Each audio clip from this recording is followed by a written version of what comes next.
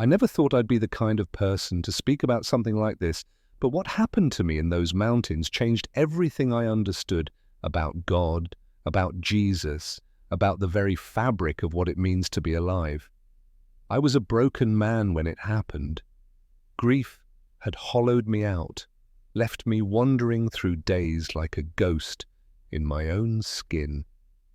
My name is David Harlan, and I worked as a park ranger in the northern Cascades, alone most of the time, which suited me fine because people required energy I no longer possessed. My wife Sarah had died 3 years earlier in a car accident that still played on repeat in my mind every night, and my son Michael had stopped calling after I missed his wedding, too drunk and too ashamed to show my face. The mountains became my refuge and my prison, a place where I could disappear into the endless trees and pretend that the silence was peace rather than emptiness. I'd stopped praying years ago, not out of anger at God, but out of a bone-deep exhaustion with the whole idea of it.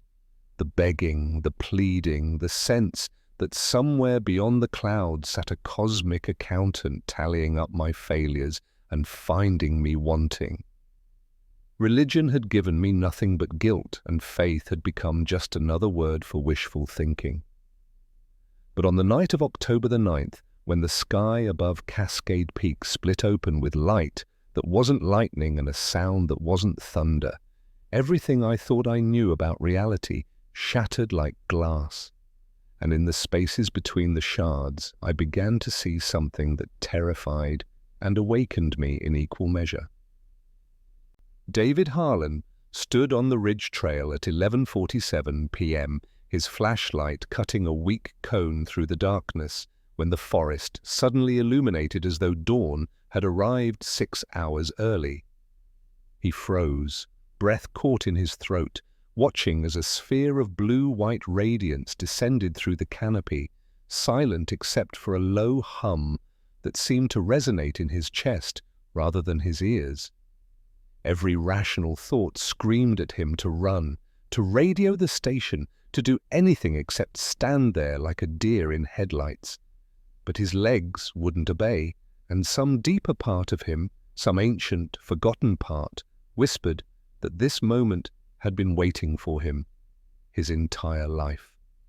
The sphere settled into a clearing 30 yards ahead, its light dimming gradually until David could see that it wasn't a solid object at all, but something like condensed luminosity, pulsing gently as if breathing. He approached slowly, one hand gripping his radio, though he couldn't imagine what he'd say into it. And as he reached the edge of the clearing, the light began to reshape itself, pulling inward and upward until it formed something approximately humanoid, but composed entirely of that same liquid radiance. The figure stood 7 feet tall, its features suggested rather than defined, and when it turned toward him, David felt something enter his mind. Not words exactly, but concepts that translated themselves into understanding without passing through language. "Do not fear," the presence communicated, and David felt his racing heart begin to slow despite himself. "I am not here to harm you. I am here because you called." David's voice came out hoarse. "I didn't call anyone. I don't even know what you are." The being's form shimmered, and David sensed something like sadness in the pause that followed. "You called with your grief," it said, "with your questions, with the emptiness that speaks louder than any prayer you abandoned. I am a traveler, a student of consciousness, and I have journeyed far to understand what you call God. Your planet holds a memory of one who understood these truths completely, one you named Jesus, and through him I learned what you have forgotten." David felt his knees weaken, and he sat down hard on a fallen log, his mind reeling. "Jesus," he repeated numbly. "You came here to talk about Jesus." "I came here to talk about what Jesus tried to teach you," the being replied, its light pulsing in rhythm with David's breathing. "About what your religions buried beneath ritual and fear.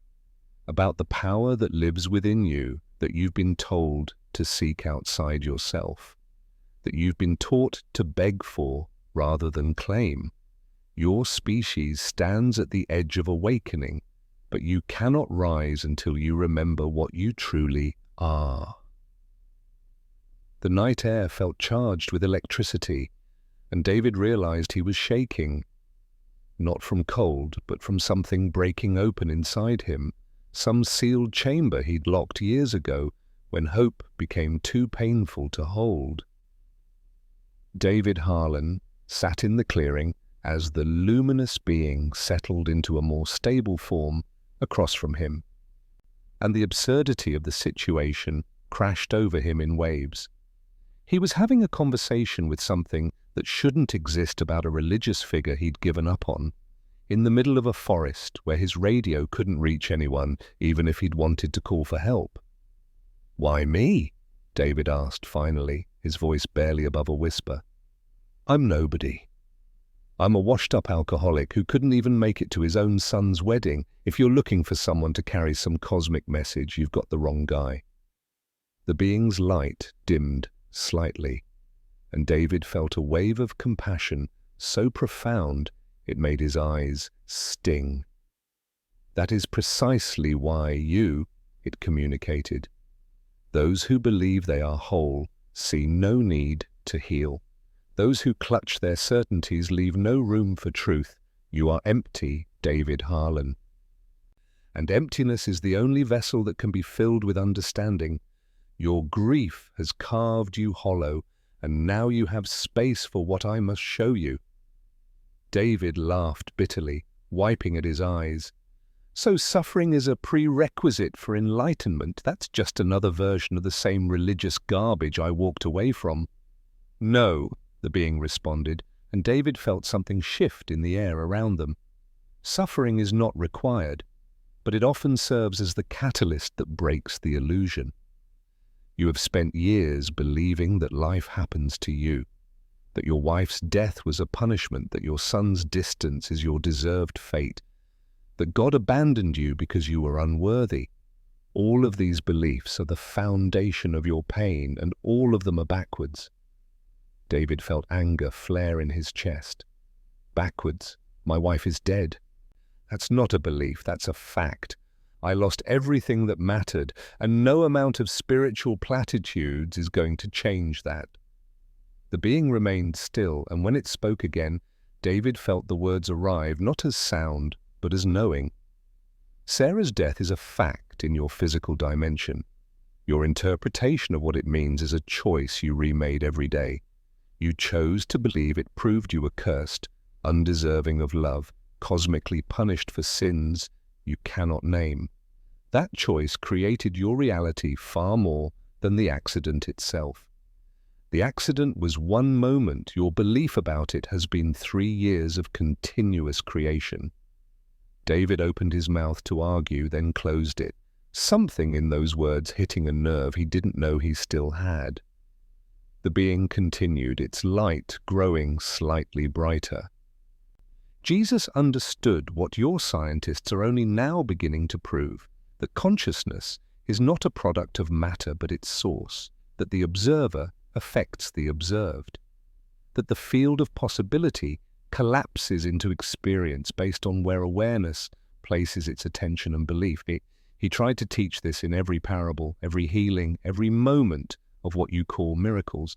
When he said, "Your faith has made you whole," he wasn't praising worship. He was explaining the mechanism.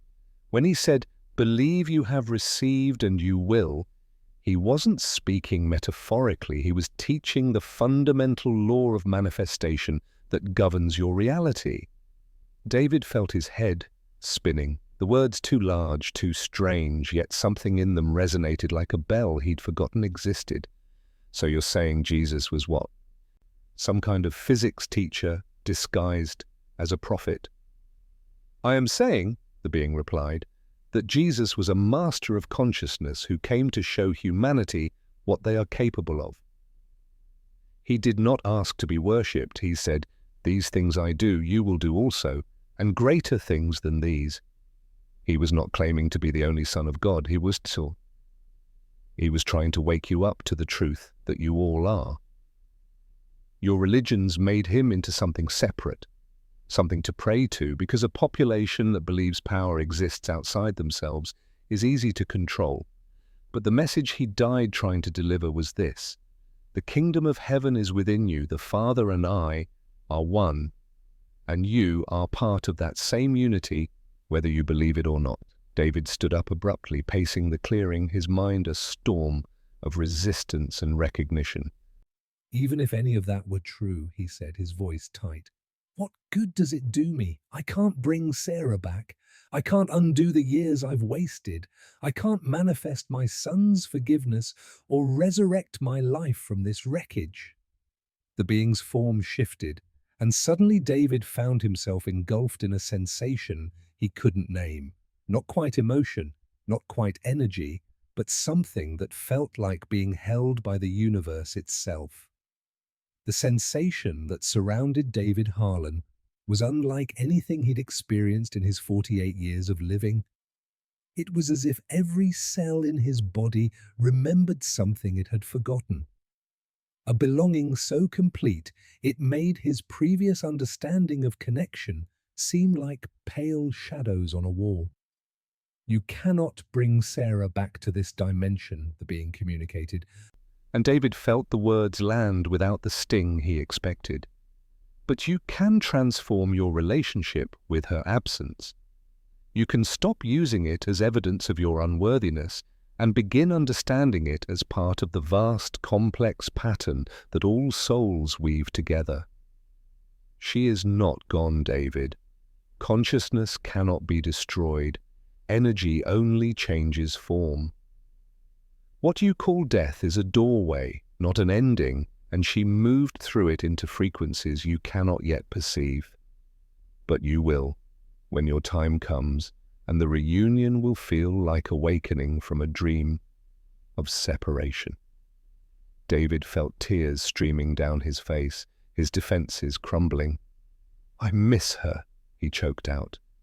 I miss her every goddamn day, and I don't know how to live in a world where she doesn't exist. She exists, the being said simply.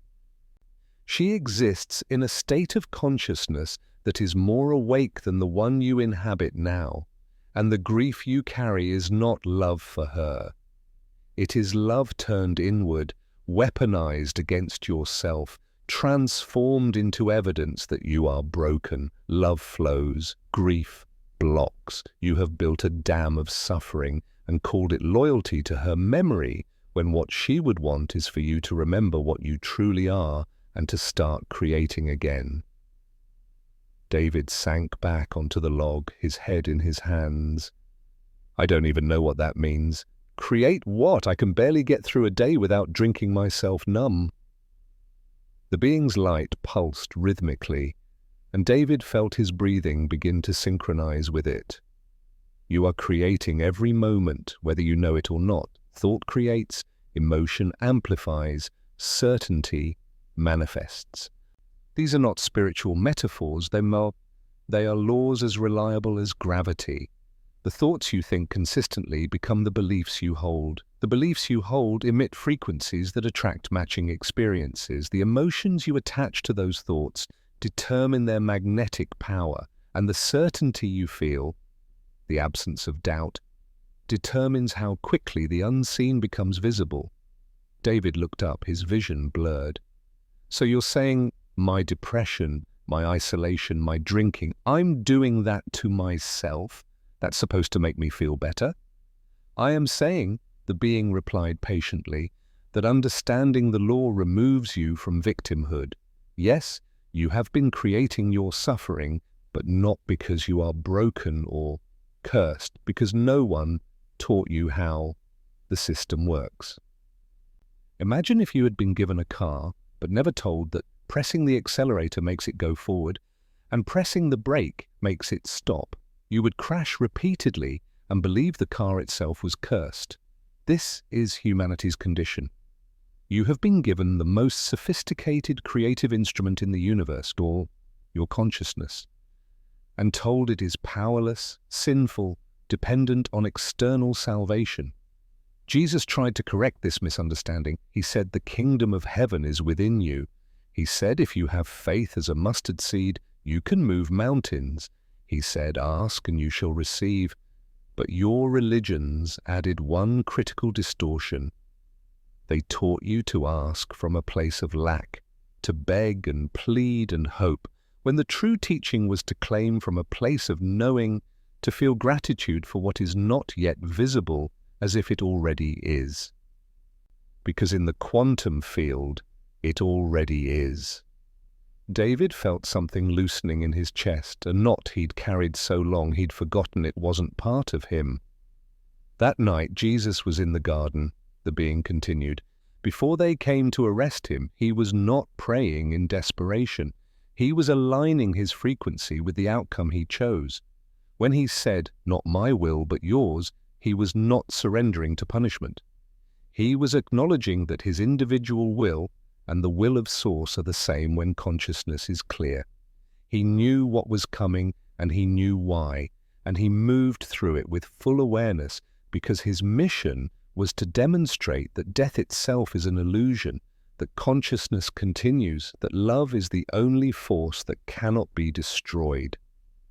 David's mind was reeling, images and memories flooding back.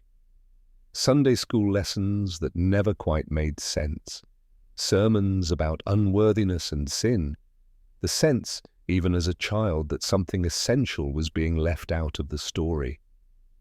"Show me," he said suddenly, surprising himself. "Show me proof that any of this is real, not just words, not just feelings.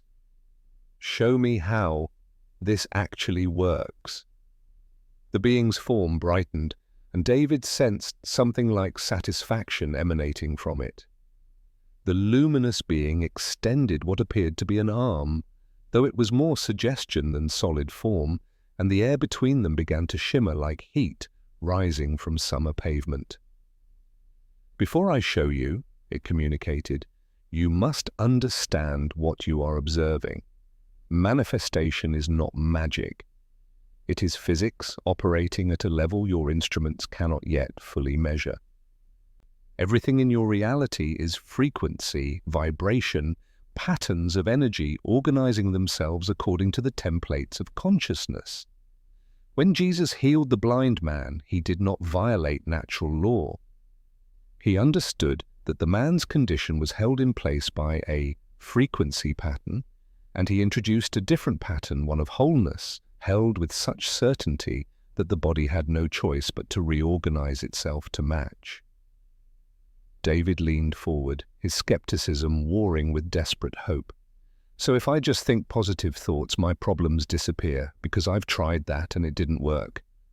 "No," the being replied, and David felt a wave of correction that was firm but not unkind.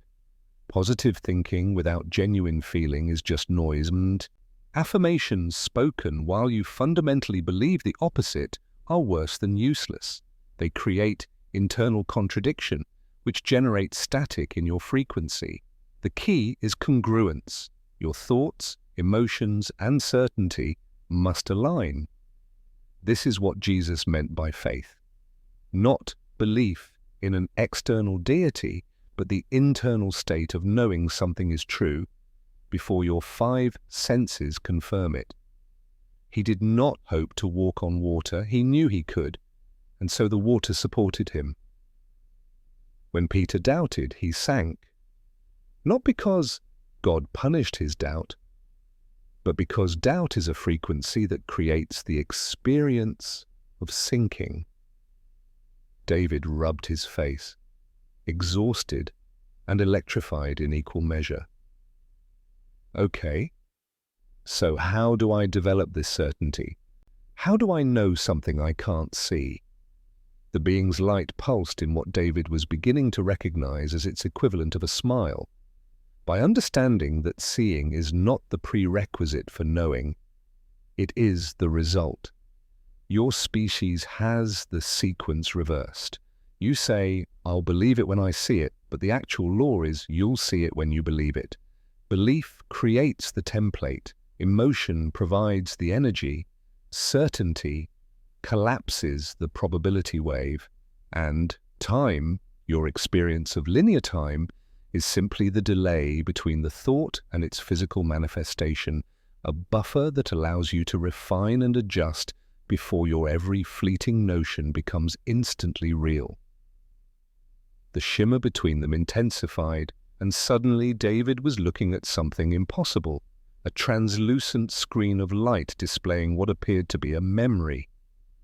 Though he knew it wasn't his, he saw a figure in simple robes standing before a crowd, a man with dark hair and eyes that held both infinite compassion and absolute authority.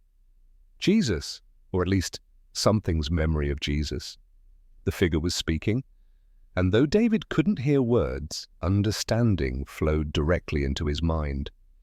He is telling them that the kingdom of heaven is not a place you go when you die, the being narrated. He is explaining that heaven is a frequency, a state of consciousness, accessible now in this moment when you remember your true nature.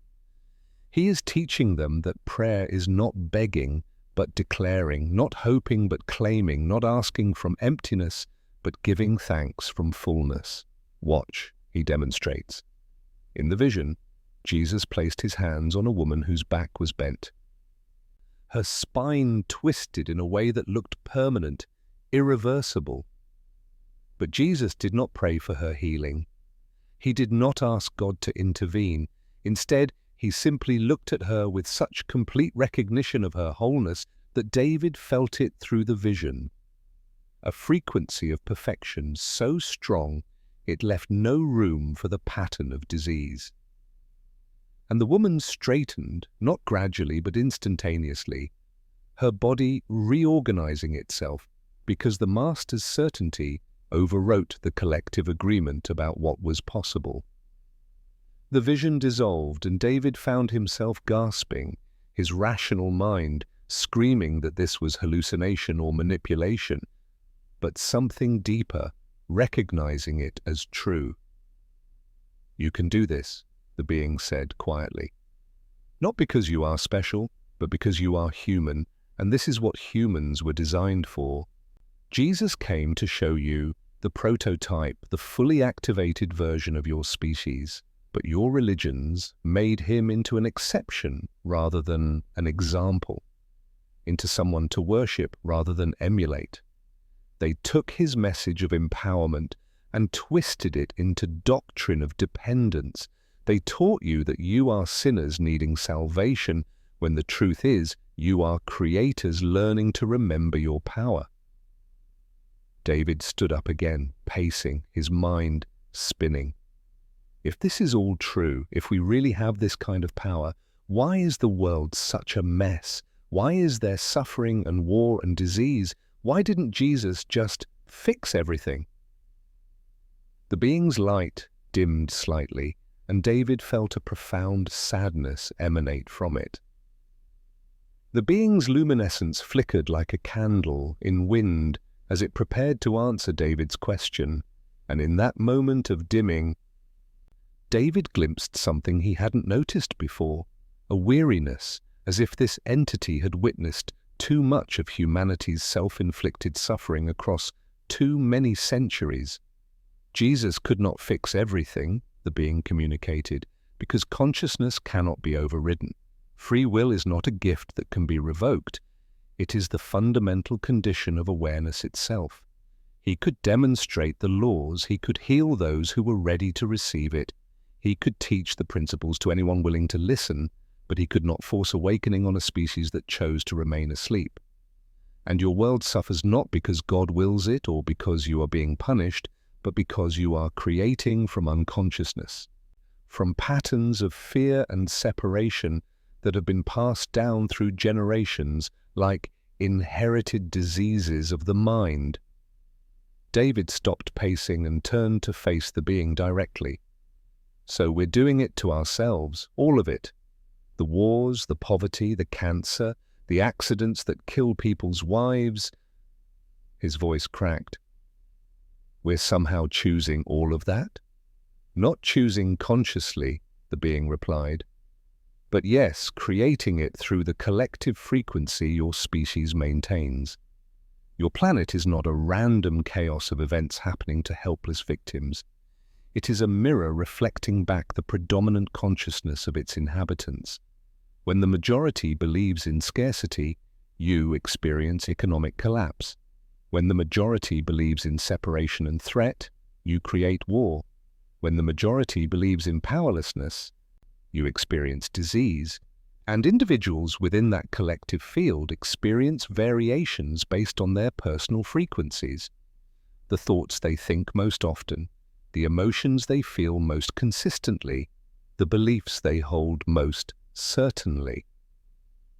David felt something like vertigo, the implications too vast, too terrible, and too wonderful at the same time. Then what was the point of Sarah dying? What frequency was she putting out that got her killed by a drunk driver on a Tuesday afternoon? The being moved closer, and David felt that sensation of being held again, not physically, but in a way that was somehow more substantial. Sarah's death was the intersection of multiple frequencies, the driver's choices, your collective agreement about how physical matter behaves in collisions, the timing that placed her at that location, and yes, some element of her own soul's journey that you cannot fully understand from your current perspective. But here is what you must grasp. The event itself is neutral. It is the meaning you assign to it that created your reality for the past 3 years. Another person might have experienced the same loss and eventually transformed it into purpose, starting a foundation, helping other grieving spouses, becoming more present with their remaining family. That was available to you too, but you chose unconsciously, yes, but chose nonetheless to make it mean you were cursed, unworthy of happiness, cosmically abandoned. And that meaning became a frequency that attracted more experiences to confirm it. Your son's distance, your professional failures, and your isolation, all reflections of the story you were telling yourself about who you are in a universe without Sarah. David felt the truth of this like a knife, clean and sharp and necessary. So how do I change it? How do I change a frequency I can't even feel? You begin by noticing, the being said. You become aware of your thoughts as they arise. You observe without judgment when you tell yourself the old stories. I'm broken, I'm unlucky, nothing good ever lasts, I don't deserve happiness. You recognize these as programs, not truths. And then gently, you introduce new thoughts. Not as forced affirmations that you don't believe, but as possibilities you're willing to try on. What if I'm not cursed? What if Sarah's death doesn't define my worth? What if I'm capable of joy again? These questions create cracks in the old structure, spaces for new light to enter. David wiped his eyes, embarrassed by the tears that wouldn't stop coming. And then what? I just wait for good things to happen? No, the being replied, and David sensed urgency in the communication now. Then you act as if it's already true. This is what Jesus meant by faith as action. You don't pray for sobriety and then buy a bottle. You don't ask for reconciliation with your son and then avoid his calls. You align your behavior with the reality you're choosing to create. And crucially, you practice gratitude for what hasn't manifested yet. You feel thankful for the healing that's coming, the connection that's emerging, the life that's reorganizing itself around your new frequency. Gratitude is the most powerful creative force available to you because it exists in the feeling tone of already having, which is the frequency of receiving. The being paused, and David felt it scanning him somehow, reading the resistance and hope warring in his consciousness. I will show you how this works, but you must be willing to try it, even if your rational mind screams that it's foolish. David Harlan stood in the clearing with his heart pounding against his ribs, every fibre of his being aware that he was standing at a crossroads between the life he'd been living and something he couldn't yet name, but desperately needed. "What do you want me to do?" he asked, his voice steadier than he felt. The being's light expanded slightly, and David felt a warmth that seemed to originate from inside his own chest rather than from an external source.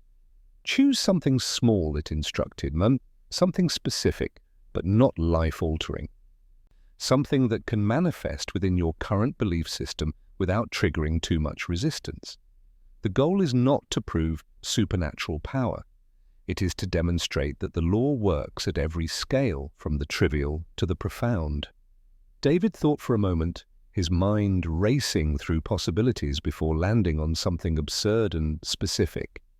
"Okay, there's a silver dollar I lost when I was 12. My grandfather gave it to me before he died. I've thought about it over the years. Wished I'd kept better track of it. Can I manifest that back?" The being's light pulsed in what David now recognized as approval. "Perfect. It's specific, emotionally significant, and unlikely to appear through normal channels, which will make the confirmation unmistakable. Now listen carefully to the process, because this is the mechanism Jesus taught and demonstrated repeatedly, though your religious texts obscured it beneath layers of mysticism." David nodded, his entire body alert, every sense heightened by the strangeness and significance of the moment.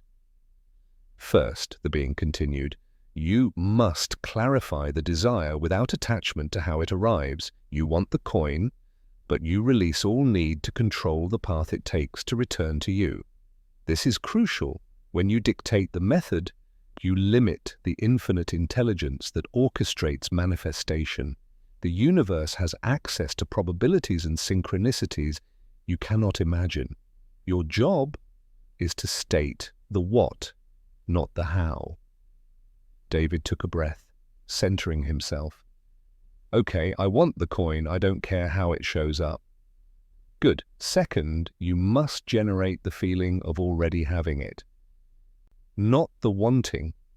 Wanting creates distance, implies lack, and transmits the frequency of not having. Instead, you must feel what it would be like to hold that coin in your hand right now. The relief, the joy, the sense of completion and recovered connection to your grandfather. Emotion is the language of manifestation. Thought without emotion is like a car without fuel. The structure exists, but no power flows through it." David closed his eyes, and to his surprise, the feeling came easily. The weight of silver in his palm, the worn, smooth surface, the eagle on one side and liberty on the other, and beneath the physical memory, a wash of warmth, thinking of his grandfather's weathered hands pressing it into his 12-year-old grip. Tears leaked from beneath his closed lids, the emotion more real than he'd expected. "Yes," the being said softly, hold that frequency. And now the final step, certainty. This is where most of your species fails. You ask and hope, pray and doubt, affirm and question. True manifestation requires the end of internal debate. You must decide that it is done, that the coin is already in the process of returning to you, that the universe has received your frequency and matched it, and now you simply wait with relaxed expectation for the physical form to catch up with the energetic reality. Jesus called this faith, but it's more accurate to call it knowing. When he said to the centurion, "Go, your servant is healed," he wasn't hoping it would work. He knew it already had, in the realm where thought becomes form before time translates it into matter. David stood there, holding the feeling, the certainty. The sense of completion, and something shifted inside him. A subtle but unmistakable click, like a gear falling into place. I feel it, he whispered. It's done. I don't know how, but I know the coin is coming back. Excellent, the being communicated, and David sensed satisfaction in its light. Now you must release it. Let go of checking for results every 5 minutes. Let go of testing the universe. Let go of doubt-generating questions like, is it working? Trust the law the way you trust gravity today. You don't wake up every morning checking if it's still functional, and when the coin appears, you will recognize the mechanism, see the intelligence at work, and understand that this same principle governs everything from parking spaces to healing to the restoration of relationships.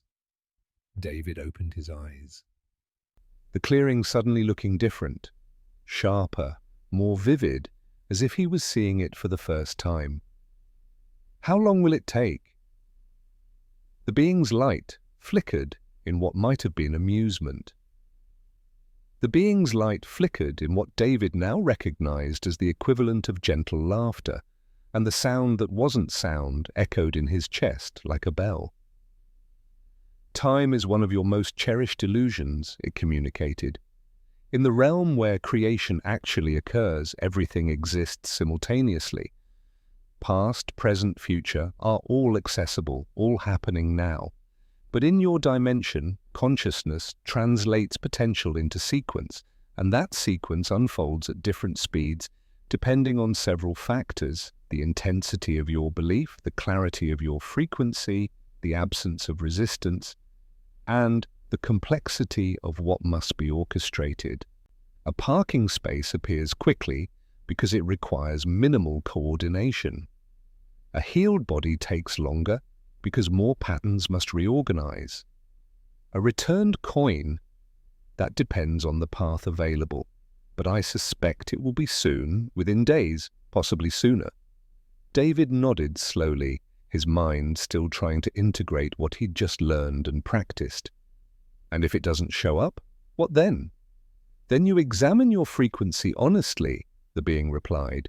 Look for the places where you don't actually believe it, where you're testing rather than trusting, where you're waiting for proof rather than acting from knowing. But this will work, David Harlan. I can read your field, and the shift was genuine.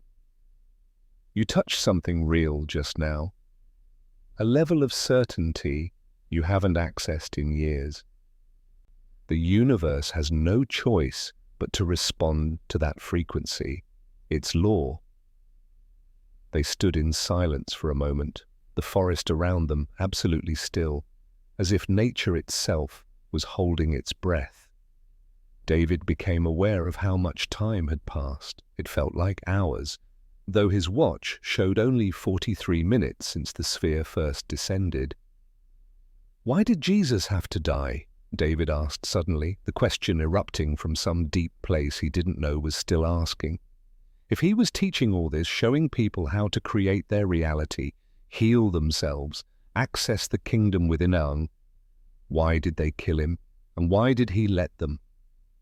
The being's light dimmed again, and David felt an ancient sorrow move through the clearing like wind through leaves. He let them because his death was part of the teaching, the most crucial lesson. Though your religions misunderstood it completely, they made it about blood sacrifice, about punishment for sin, about appeasing an angry God. All projections of human violence onto the divine, but Jesus' death was a demonstration of consciousness transcending matter, of awareness continuing beyond physical form, of the body being a temporary vehicle, not your true identity.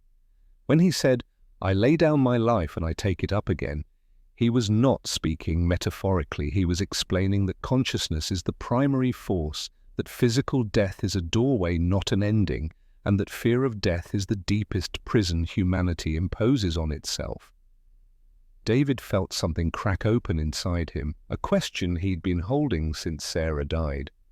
"So where is she? Where do we go?" "Nowhere and everywhere," the being replied. "Oh, see, consciousness doesn't travel to a location, it shifts frequency. Imagine a radio with infinite stations. Your physical world is one frequency band, dense and slow, matter-based. Death is simply tuning to a different station, one that's less dense, faster moving, more responsive to thought. Sarah exists now in a state that's more fluid than what you experience, more immediate in its creation, less bound by time and space. And she is aware of you, David. She feels your grief, and it concerns her because she understands now what you're still learning, that your suffering doesn't honor her.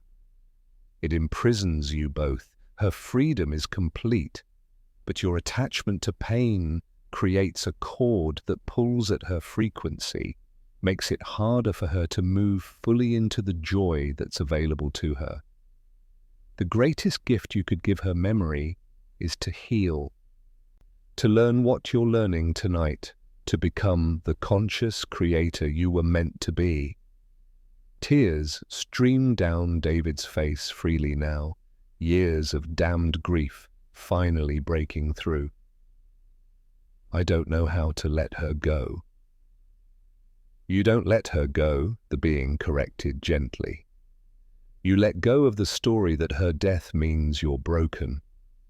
You let go of the belief that loving her requires suffering. You let go of the idea that God is punishing you or that life is cruel. And in releasing those patterns, you make space for a different relationship with her, one where you feel her presence as blessing rather than absence as curse, where memories bring warmth rather than anguish, where you honor what you shared by living fully rather than dying slowly. David sobbed openly, his body shaking, and the being's light surrounded him like an embrace. And in that moment, David understood what Jesus must have felt when he looked at suffering humanity.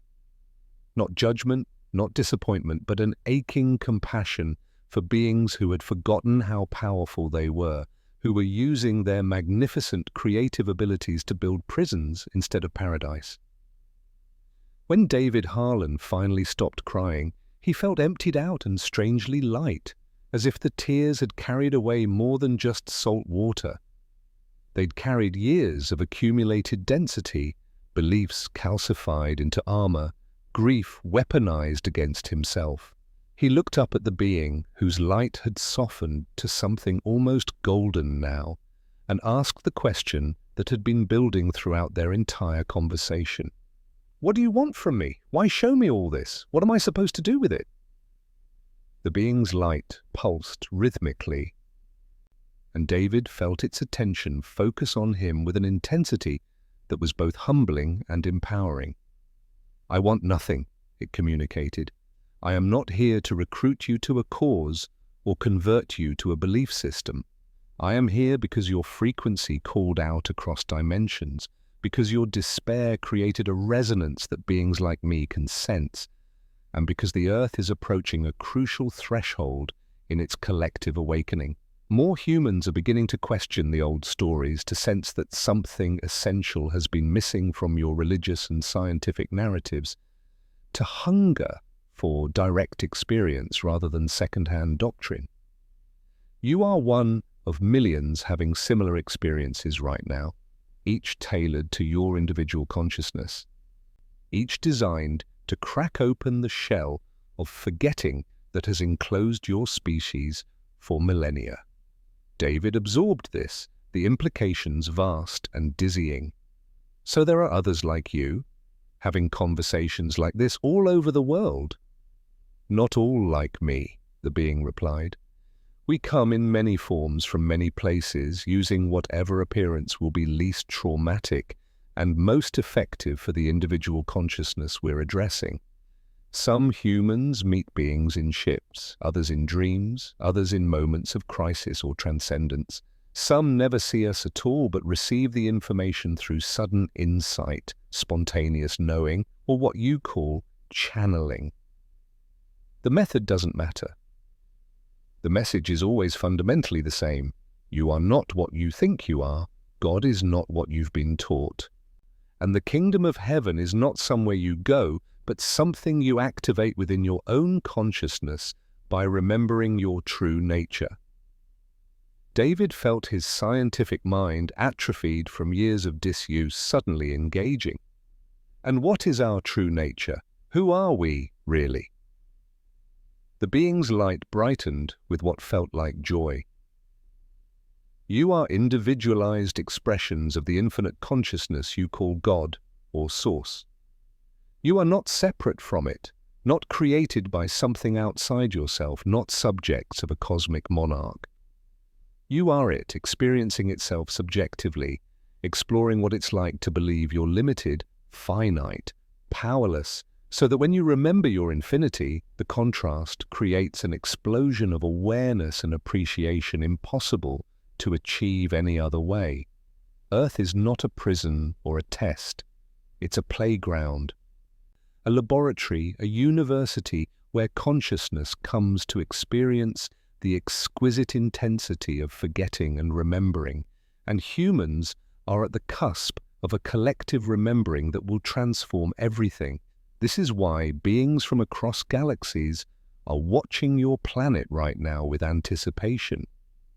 You are approaching the moment when enough individuals wake up that the entire species tips into a new frequency. And when that happens, your world will reorganize itself so rapidly it will seem miraculous, though it will simply be the law manifesting at scale. David felt overwhelmed, his mind struggling to hold the enormity of what he was hearing. And you want me to what, go tell people? Because I can already tell you how that will go. They'll think I'm insane, or making it up, or having a breakdown. I'm not exactly a credible messenger. You don't need to be credible, the being replied. You need to be authentic. You don't convince anyone of anything. You simply live the truth you've discovered, and your frequency will affect those around you, whether you speak a word or not. Some will ask what's different about you. Some will feel uncomfortable because your presence reminds them of what they're avoiding. Some will be ready to hear what you've learned, and for those few, your words will be a key turning in a lock they didn't know existed. But the transformation starts with you, David Harlan. You practice what you learned tonight. You notice your thoughts. You shift your frequency consciously. You express gratitude for what hasn't manifested yet. You act from certainty rather than hope. You demonstrate through your own healing that the principles are real. And when the coin appears, you'll have your confirmation, not for anyone else, but for yourself, so that the next time doubt tries to reclaim you, you'll have a tangible memory to anchor you in what you know is true.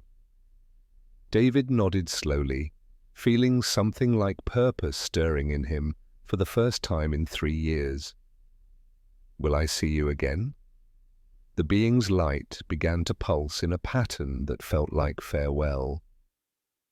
Perhaps, but you won't need to. Everything I've shared with you is already within you. I simply reminded you of what your soul has always known. Jesus tried to do the same for his generation, and though they crucified him for it, his message survived in fragments, enough for those with eyes to see and ears to hear, to reconstruct the truth. You have that truth now.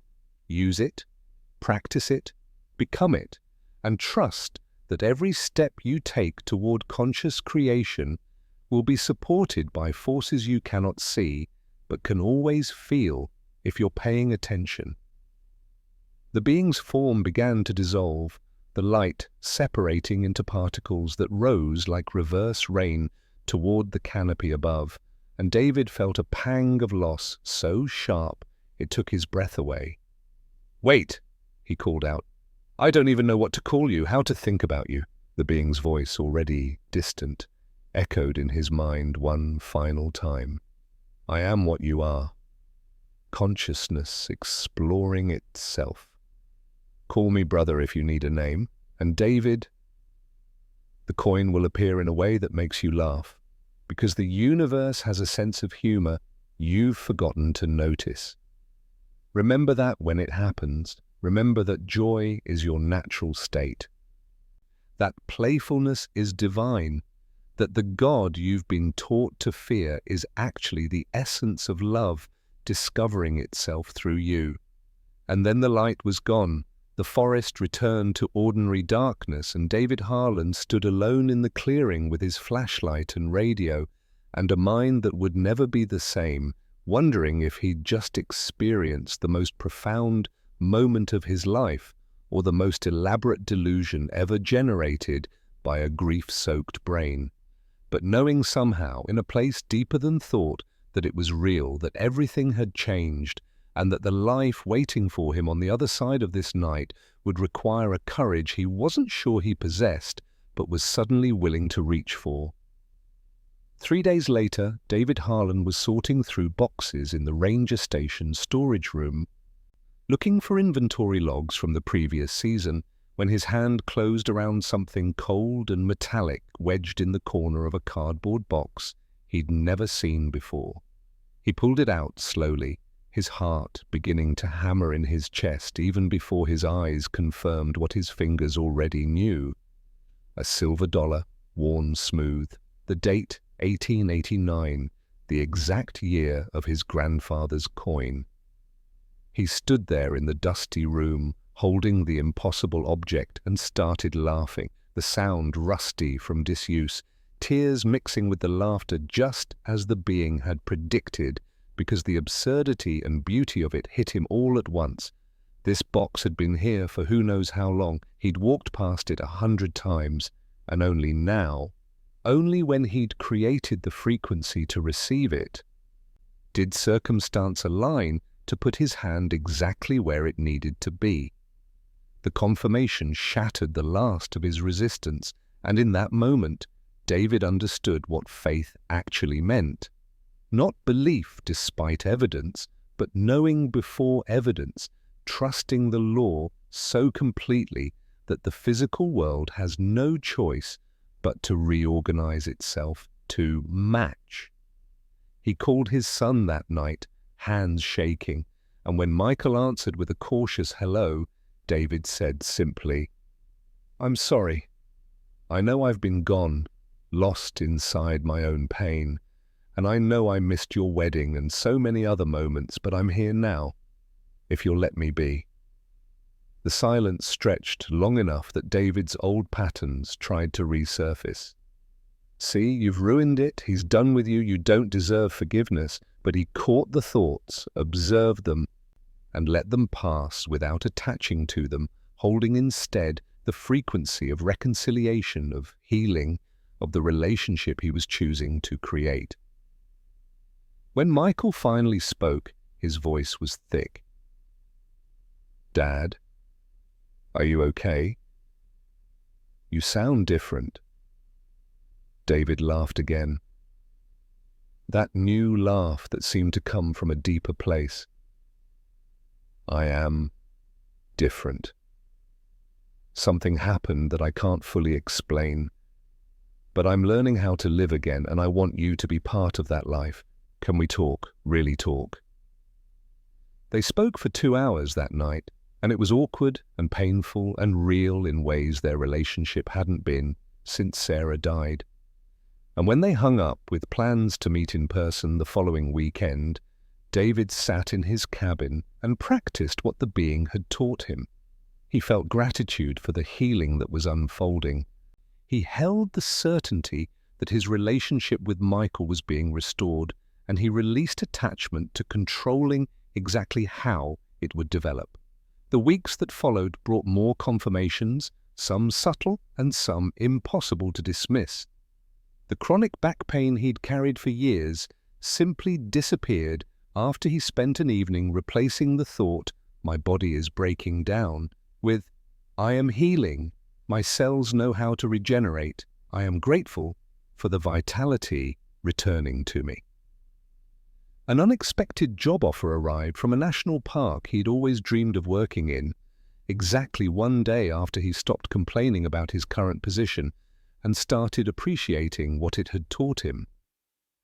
A woman named Elena, a photographer documenting wildlife, started showing up at locations where David was stationed, and their conversations about nature gradually evolved into something deeper.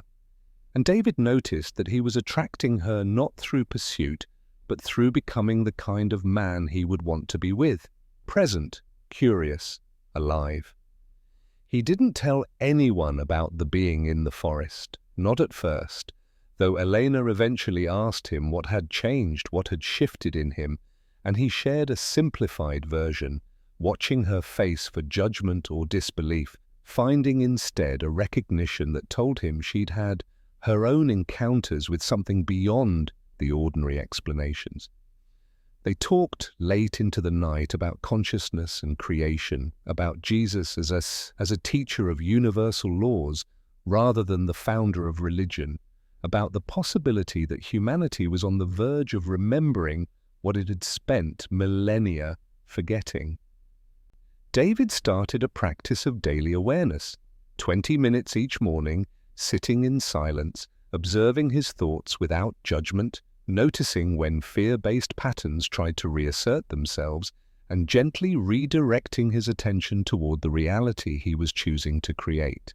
He wrote in a journal every night, listing 3 things he was grateful for and 3 things he was grateful for that hadn't happened yet, treating them with equal reality. He stopped watching the news obsessively and started paying attention to the miracles happening in his immediate experience. The way birds seemed to appear whenever he felt lonely, the way perfect strangers would smile at him as if recognizing something, the way synchronicities stacked up so frequently they became the new normal. His drinking stopped naturally, without the struggle and white-knuckling he'd experienced in previous attempts at sobriety, because the desire simply evaporated when he understood he'd been using alcohol to suppress a frequency he no longer needed to avoid. Michael visited twice in the first month, and on the second visit he brought his wife Jennifer, and the 3 of them hiked to the clearing where David had met the being, though David didn't mention that detail, just said it was a place he found peaceful. As they stood there in the golden afternoon light, Michael said quietly, "I'm proud of you, Dad. I don't know what happened, but you came back somehow. You came back." David felt tears rise, but didn't push them away, just let them fall, and put his arm around his son and said, "I was lost, but something found me, or maybe I found myself. I'm still figuring it out, but I'm here and I'm not going anywhere." 6 months after the encounter, David was leading a small group hike when one of the participants, a retired pastor named Thomas, lingered after the others had gone ahead and said, "Can I ask you something personal? I've been watching you this morning and there's something about your presence, the way you move through the world. You remind me of descriptions I've read of people who've had mystical experiences, direct encounters with the divine. Has something like that happened to you?" David looked at the old man and saw no judgment, no threat, just genuine curiosity and perhaps hunger for his own confirmation that there was more to reality than the doctrines he'd spent a lifetime preaching. So David told him all of it and watched Thomas's face cycle through disbelief and wonder and recognition. And when David finished, Thomas was quiet for a long time before saying, "Jesus said, 'The kingdom of heaven is within you.' I've preached that verse 100 times, but never really understood it. I think I'm beginning to now." They talked for hours, and by the end, Thomas was weeping, saying he'd wasted his ministry trying to control people's behavior when he should have been teaching them their power. And David said gently, "You're teaching it now, or you're about to. Every moment is a chance to start creating from a new frequency. You haven't wasted anything. You've just been gathering the experiences that will make what you teach next actually authentic." I think about that night in the clearing every day, not as a memory that's fading, but as a living truth that keeps unfolding. The being was right. I didn't need to see it again, because it's not separate from me. Whatever intelligence guided me to that silver dollar, whatever force orchestrates the synchronicities that now define my life, whatever source flows through all of creation, it's not out there, it's not separate, it's not something I pray to for intervention. It's what I am, it's what we all are. Jesus tried to teach this, and they killed him for it. Not because what he said was blasphemy, but because it was liberation. And liberation is terrifying to systems built on control. But the truth survives. It survives in fragments, in whispers, in moments of grace, when the veil thins and we remember what we really are. I don't know if there will be a collective awakening like the being described. I don't know if humanity will choose consciousness over comfort, expansion over safety, truth over familiar lies, but I know that I'm choosing it every day. With every thought I observe and redirect, with every emotion I use consciously as creative fuel, with every certainty I hold until it manifests. And I know that my frequency affects the field, that every person who wakes up makes it easier for the next person, that we're all connected in ways our five senses can't detect, but our souls have never forgotten. So I live this truth quietly, demonstrating rather than preaching, becoming rather than convincing, creating consciously rather than unconsciously. And when people ask what changed, when they sense something different about me, I tell them what I'm telling you now, that I met someone who reminded me of what Jesus actually taught, that thought creates, emotion amplifies, certainty manifests, and that the kingdom of heaven isn't somewhere you go when you die. It's something you activate within yourself by remembering that you were never separate from God, because you are God experiencing itself through a temporary human lens. That's the message. That's the truth the being came to deliver, that Jesus died trying to teach. That every awakened master across history has pointed toward in their own language and culture. You are not a sinner needing salvation. You are a creator, learning to use your power consciously. And the moment you truly understand that, the moment you feel it as certainty rather than concept, everything changes. The world doesn't change, your frequency changes, and the world reorganizes itself around your new signal. That's what I learned in those mountains. That's what I'm still learning every day. And that's what I'm inviting you to consider, not as a belief to adopt, but as an experiment to conduct. Try it, watch your thoughts, shift your frequency, create consciously, see what happens. Because if what that being told me is true, then I stake my life on it being true, then you're about to discover that you're far more powerful than you ever imagined. And the life you've been living is just the smallest fraction of what's actually possible when consciousness remembers itself.